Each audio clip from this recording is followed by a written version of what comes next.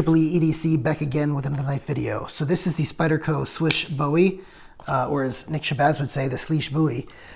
So this is a follow-up video. I did the first impressions video. Actually, most of what I wanted to say about the knife was in that video.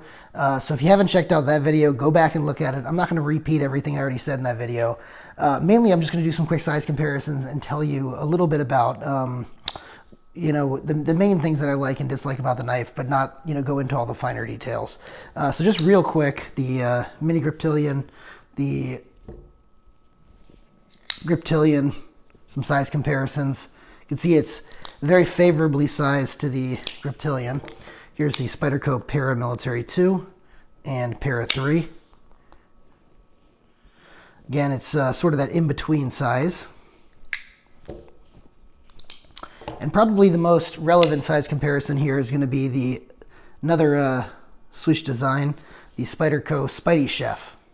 So as you can see, the handle's a lot more favorably dispersed over here, and the blade shape is the main difference between these two. So let's go ahead and talk about the good and the bad real quick. So I'm not going to point out everything like I said in the original video. The main things I'm going to point out are the handle, the ergonomics. The ergonomics on this fits pretty much perfectly in hand as far as the size of the handle and where my hand fits. I have size large gloved hands, and as you can see, it pretty much fits perfectly right in there. And my thumb lands right on where the jimping is, which is good. You know, it'd be nice if it was a little bit further up, but for the most part, this is great. It is a little thin in the handle, but overall, I'd give it basically an 8 to an 8.5 out of 10 in ergonomics, which is great. It does have a nice thin profile in the pocket, which is also nice, and has the Spyderco wire clip, which gives good retention and is not overbearing on the knife. The steel on here is M390. The original obviously had that, you know, sort of not mirror polished, but stone washed, sort of mirror polished blade, and that was in CTS-XHP. This is M390, and this is a regular belt satin grind. I do prefer the other look more, but you know, they're not going to bring back the original. I think it was too labor intensive for them to do, and this belt satin is just fine on this one, although this one obviously is more expensive than the original, at least at factory price. So this one's about 400 bucks. The original, I think, was 300 something when it came out. But now that the originals go for like 700 bucks in the secondary, which I think is insane.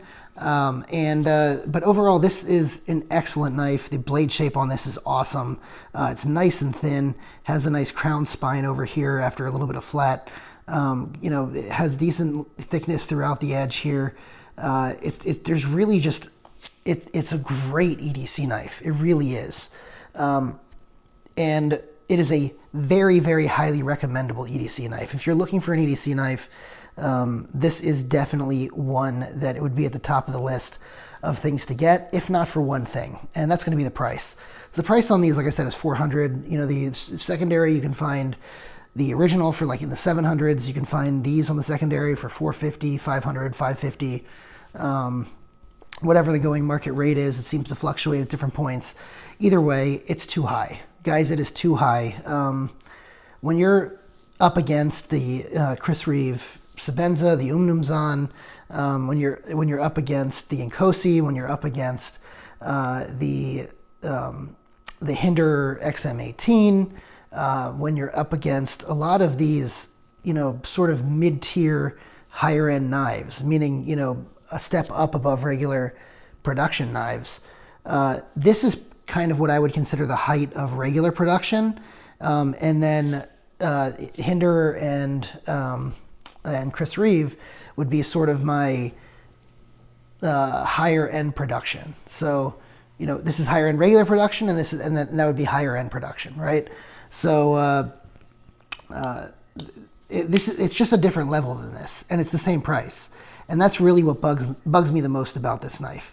It's one of the main reasons I'm selling it, because frankly, I've got it. While it's an excellent knife, I've got Reeve, I've got, you know, Endura, I've got all sorts of stuff, Hoback, I've got Shiros, I've got a lot of higher end stuff, and this gets almost no pocket time, because even though it's an amazing knife, it doesn't hold up, at least in my book, to a lot of those other ones. I'll probably get some controversy out of that statement, but it's the way I feel. And so do I recommend this knife? Yes, just not at the price. That's kind of how I'm doing it. If you run into a great deal on one of these, definitely highly recommendable. If they, Knifejoy, I think, has the exclusive on this going forward. They come out with another one, another steel, or maybe it's another configuration that's maybe a little cheaper. I might be happy with that, but that's the way I feel on it. The other thing to keep in mind is the Spidey Chef, right? So there is a noticeable difference here because you've got contour titanium here and you've got flat slab titanium here.